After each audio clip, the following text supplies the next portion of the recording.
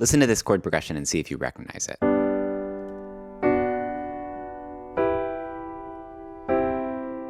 And how about now?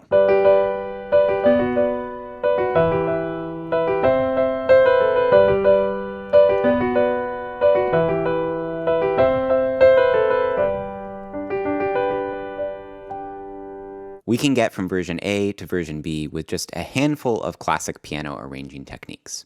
So in this video, I'm going to take you through 5 steps to get from a basic chord progression to the Office theme song. And along the way, I'll show you how you can invent your own chord progression and use these techniques in creative ways to create a brand new piano part. First, let's learn the basic chords here. We have G major, that's G, B, and D. B minor, that's B, D, and F sharp. E minor, E, G, and B, and C major, C, E, and G. These are all chords in root position, meaning we have the name of the chord on the bottom. And if you're interested in drilling basic chord shapes like this, I have a PDF guide to all major and minor chords grouped by their shapes. These chords sound good together because they all belong in the same key. It's the key of G major. So if I wanted to invent my own chord progression that works as well as this one, I might start by just using chords that belong in G major. G major uses only white keys, except for F sharp. So these chords, built on every note of the G major scale, will all belong in the key of G major. I encourage you to try creating your own chord progression right now. Just 4 chords like this, all belonging in the key of G.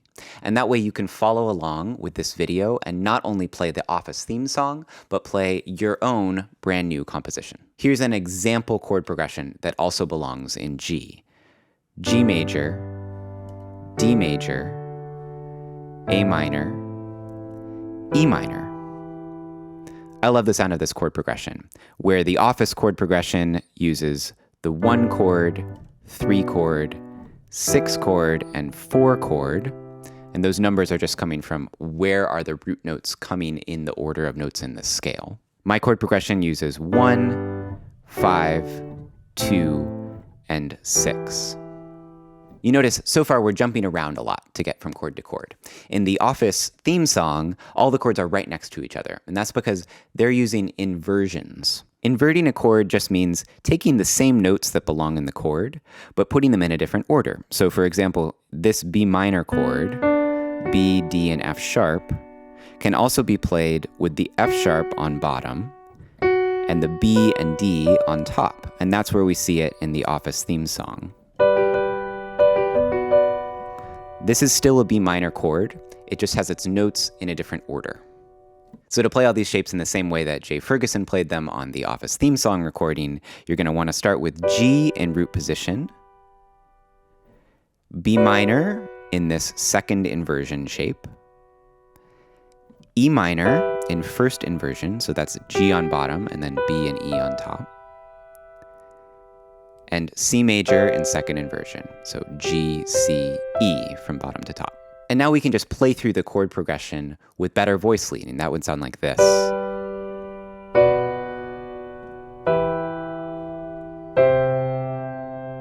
Using the same technique of finding nearby inversions, I can also create better voice leading for my chord progression.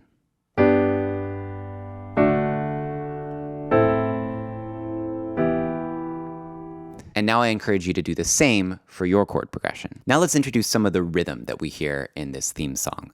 So the basic pattern here is based on a rocking back and forth between the top notes in our hand and our thumb. And this is a really great way of creating an 8th note rhythm. We could count this rhythm 1 and 2 and 3 and 4 and. In the case of this song, this rhythm is moving even more quickly. So we'll think of these as 16th notes. 1 E and 2 E and 3 E and 4 E and. Let's try applying it to the Office chords at a nice slow tempo. 1 E and 2 E and 3 E and 4 E and 1 E and 2 E and 3 E and 4 E we didn't have to find any new shapes. We just added in this new rocking rhythm. And you can do this with any chord progression. I encourage you to do it with yours, and I'll show you how it would work with mine.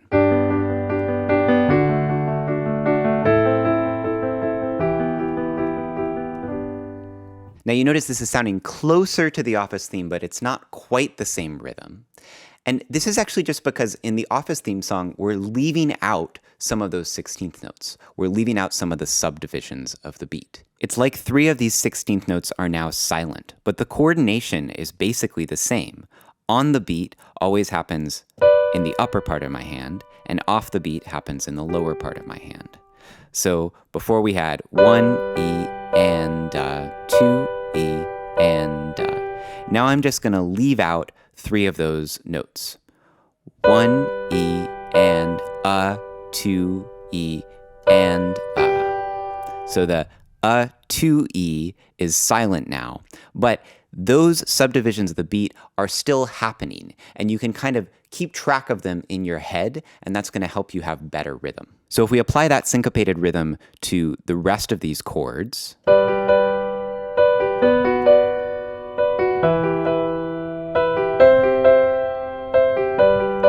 now we have something that sounds a lot like the Office theme song. When I apply this to my own chord progression, I'm going to use the same principle, but I'm actually not going to use the same rhythm. My rhythm is going to sound like this.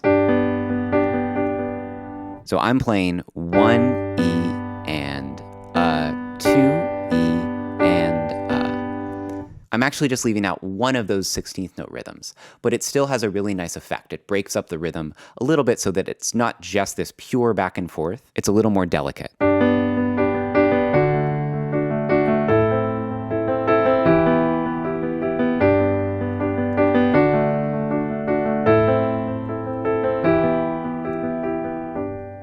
See if you can find your own variation on this rhythm. You'll keep the basic rocking back and forth pattern, and it's basically like you're ghosting some of those notes. You're not actually playing some of those notes, but the coordination in your hand is the same.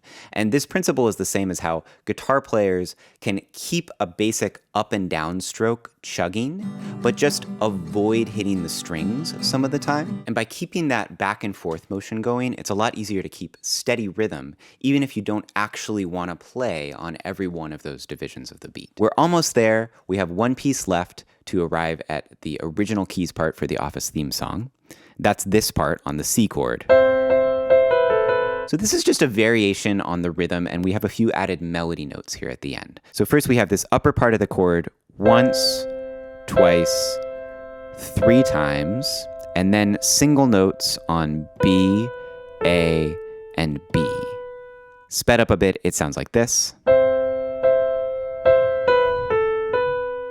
And from there, it launches right back into the beginning of the chord progression. So in context, slowly, it sounds like this.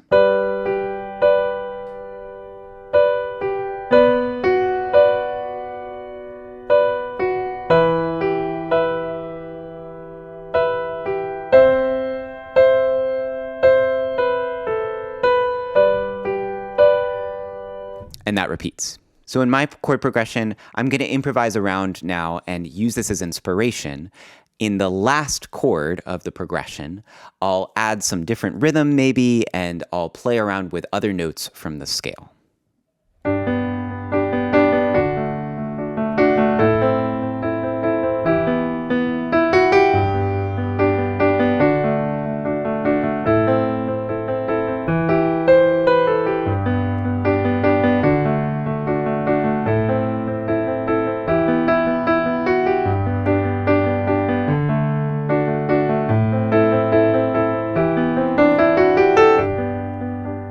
And you could go on like that. So I encourage you to mess around with this on your own. You might need to go a lot more slowly at first, but just try choosing other notes from the G major scale to improvise like little fills at the end of the phrase.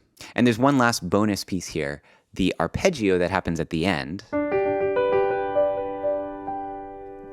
If you want to use a flourish like that to end your own piece, you can use exactly the same one, because this works well at the end of any piece that ends in G, or you can create a variation on it. And what's going on is just notes from a G major chord being repeated at other places on the piano. and an interesting pattern between them. So here we're going up, back down, up twice, and then back down, up twice, and etc.